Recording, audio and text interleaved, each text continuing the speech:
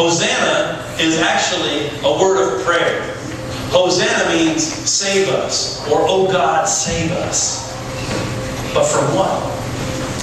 The people of Jerusalem, many of the people of Jerusalem on that day, wanted a political powerhouse to rally the troops and kick Rome out. But then we see, in the middle of our text, Jesus says, wait a minute, I need to get on this donkey. Now, we think donkeys are kind of silly little beasts. But in the ancient world, donkeys sent a very profound message. You see, when a king came wanting to war and wanting to conquer, he came riding in on a war horse. But when a king came in peace, when a king came in peace to the people, he rode on the colt of a donkey. People wanted a powerhouse, but Jesus came as a peacemaker. The people waved their palms of prayer. And we do too. What I'd like you to do now is consider the question under number one. The question under number one. What do you want Jesus to save you from this morning? What do you want Jesus to save you from this morning? So many times, I cry out to Jesus to save me from something. But sometimes it's the wrong thing. Sometimes Jesus wants to take me through something. I cry out, save me from this person's tyranny. Save me from this teacher. Save me from this boss. Save me from this co-worker. But maybe God is actually using this circumstance to draw me closer to Him. Maybe God is using this circumstance so I learn to rely on Him more fully. The saving that Jesus brought to Jerusalem that day begins with our souls and moves out from there. But let's keep observing the crowd. In all of its glory, we're going to read verses 17 through 22.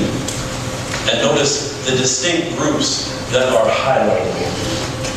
Now the crowd that was with him when he called Lazarus from the tomb and raised him from the dead continued to spread the word.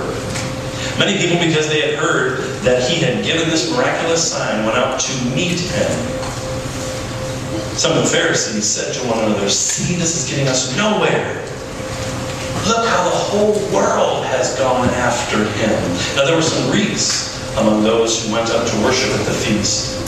They came to Philip, who was from Bethsaida in Galilee, with a request. "Sir," they said, "we would like to see Jesus." Philip went to tell Andrew. Andrew and Philip, in turn, told Jesus. Fill in the blank. Number 2. The paparazzi of the people. Now, if you need spelling, it's up there. Because I didn't know how to spell it either, but Rhonda helped me out. The paparazzi of the people. There are 3 groups that are identified here, and I clumped them all together as one, calling them paparazzi. They were people who were just fluttering around Jesus. They wanted to get a quick snapshot. They wanted to check him out. They wanted to see what he was all about. And this can be both good and bad.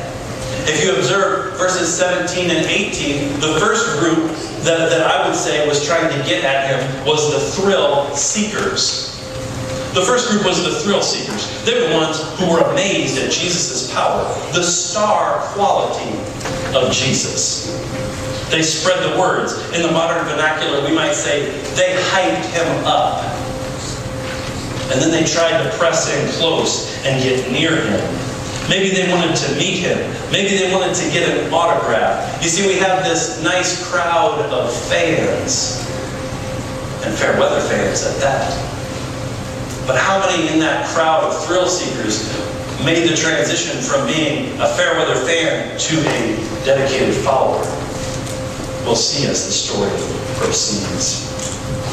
But then in verse 19, first we had the thrill seekers, now we have the gatekeepers. We have the gatekeepers in verse 19.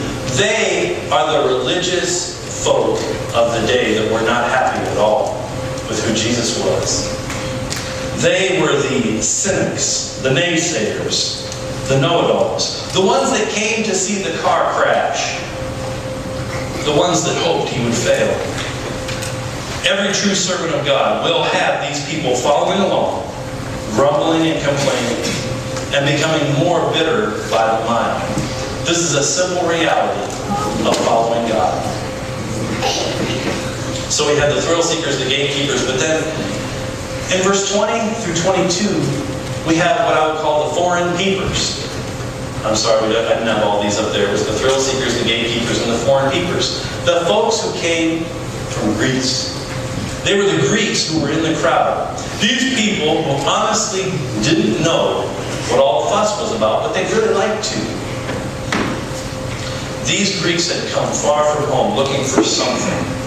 And it's so ironic to see their presence towards the end of the gospel, just like we saw the wise men's presence at the beginning of the gospel, highlighting the simple fact that this is a global message that God has for His people.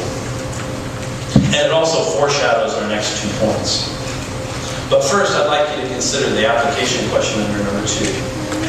Why do you want to see Jesus?